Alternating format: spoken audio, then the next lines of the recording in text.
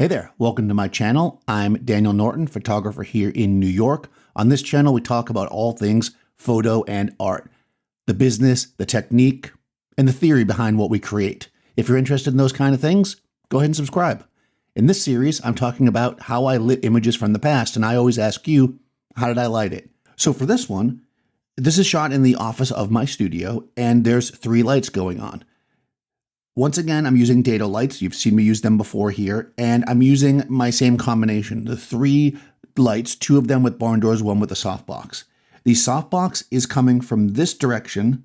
It's kind of up high a little bit, I should say, and it's coming here. It's shooting actually through the doorway, which is also kind of cropping where the light falls, which is why the edge of the couch and stuff is dark.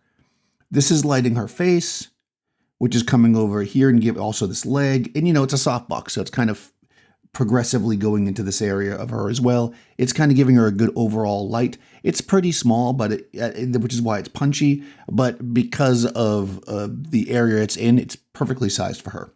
The second light with a barn door is going this direction. It is lighting up her leg here. It's filling in this side of her face, giving her a hair light.